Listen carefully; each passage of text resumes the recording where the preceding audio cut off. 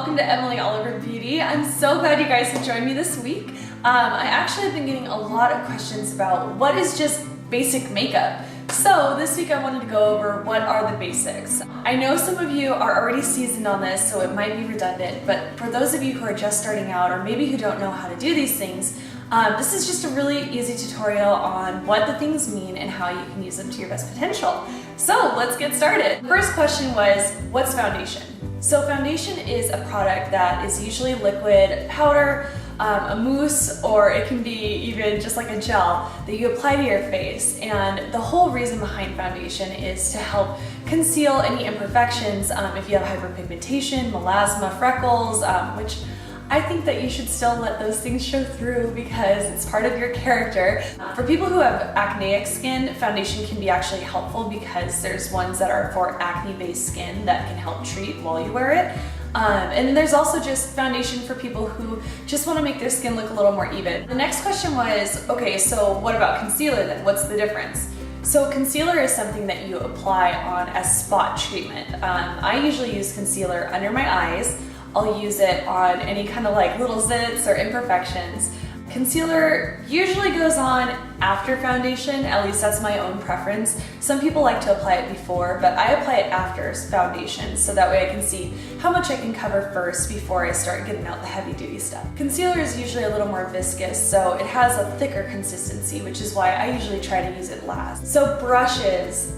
With brushes, what you want to do is sometimes invest in just a few key ones. So I'm going to go over the basics, which would be a foundation brush.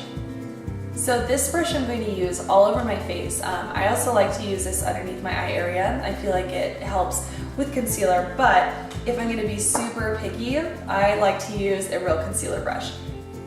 So just so you can see the difference in size here, the concealer brush is so much smaller, and the reason why is so you can really get into this area here and all the way under that eye area there.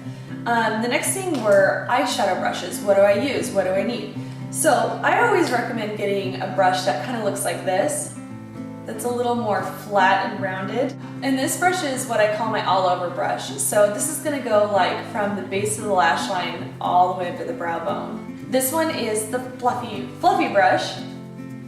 And this one is meant to blend, and you always blend inside to outside so you don't drag any pigment across.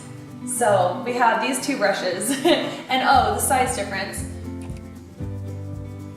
Just so you can see, there is quite a bit of difference in size with those. A blush brush. So I like to use a blush and bronzer brush like this.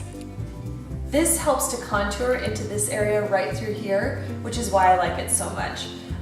Some blush brushes look like this, and I own this one as well, obviously, and you can see the difference between the two.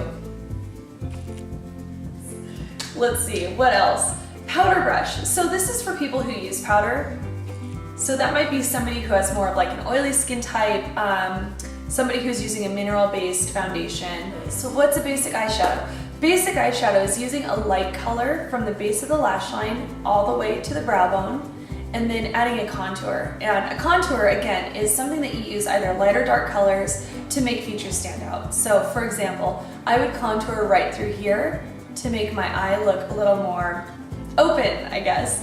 So you can see on my eye today, I have a color that's a little pink or peachy. So contour doesn't necessarily have to be a dark color. It just needs to have a difference from your first color you used. So somebody was like, what's a highlighter?